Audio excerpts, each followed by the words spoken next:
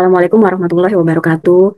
Waalaikumsalam warahmatullahi Warahmatullahi wabarakatuh. wabarakatuh. Terima kasih Bunda-Bunda atas waktu yang telah diberikan kepada saya. Pada kesempatan kali ini saya akan memberikan sedikit penjelasan tentang kasroh nun bersukun pada tanwin atau yang biasa disebut nun wikoyah.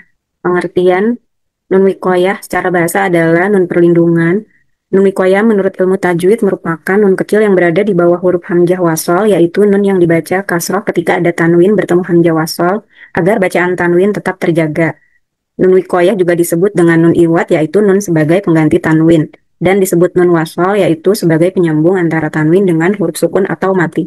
Fungsi dari nun wikoyah itu sendiri adalah yang pertama untuk menjaga bacaan agar tetap fasih ketika terjadi pertemuan antara huruf bertanwin dengan hamzah wasol. Yang kedua, penulisan tanda nun wikoyah juga bertujuan untuk memudahkan para pembaca Al-Quran dalam melafalkan kalimat tersebut. Cara membacanya yaitu penulisan tanda nun wikoyah pada Al-Quran berbeda antara mushaf standar Madinah dengan mushaf standar Indonesia. Untuk lebih jelasnya berikut contoh letak dan tata cara membaca nun wikoyah dalam Al-Quran.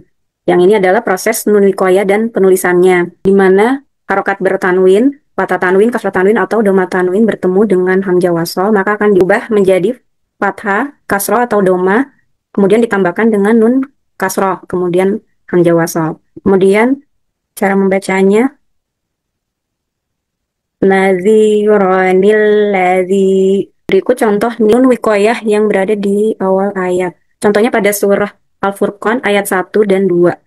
Di sini pada mushaf Madinah tertulis harokat bertanwin bertemu dengan hamzah wasal. Kemudian pada mushaf Indonesia harokat bertanwin bertemu dengan nun, nun yang tidak berharokat. Sedangkan pada mushaf Indonesia ini hamzah wasalnya tidak tercantum. Kemudian pada surat Al-Hadid ayat 23 dan 34, di mana harokat kasrah tanwin bertemu dengan nun kecil. Sedangkan pada mushaf Madinah harokat kasrah tanwin bertemu dengan hamzah wasal. Maka dibacanya adalah fakhurinil ladzina. Kemudian pada surat Al-Mulk ayat 1 dan 2, sama di sini adalah harokat doma tanwin bertemu dengan nun kecil. Sedangkan pada mushaf Madinah doma tanwin bertemu dengan langsung dengan bertemu dengan hamzah wasal. Dibaca qadirunil ladzi. Selanjutnya nun wikoyah yang berada di tengah ayat. Di sini terdapat pada surat Al-A'raf ayat 177, di mana harokat patah tanwin bertemu dengan nun kecil, sedangkan pada mushaf Madinah harokat patah tanwin bertemu dengan hamzah wasal. Cara membacanya adalah masalanil qaumu. Selanjutnya harokat kasrah tanwin bertemu dengan nun kecil, sedangkan pada mushaf Madinah kasrah tanwin langsung bertemu dengan hamzah wasal. Cara membacanya adeninil lati. Yang terakhir ada surat Hud ayat 42. Mushaf Indonesia terdapat huruf berharokat doma bertemu dengan nun kecil, sedangkan pada mushaf Madinah doma tanwin bertemu dengan hamzah wasal.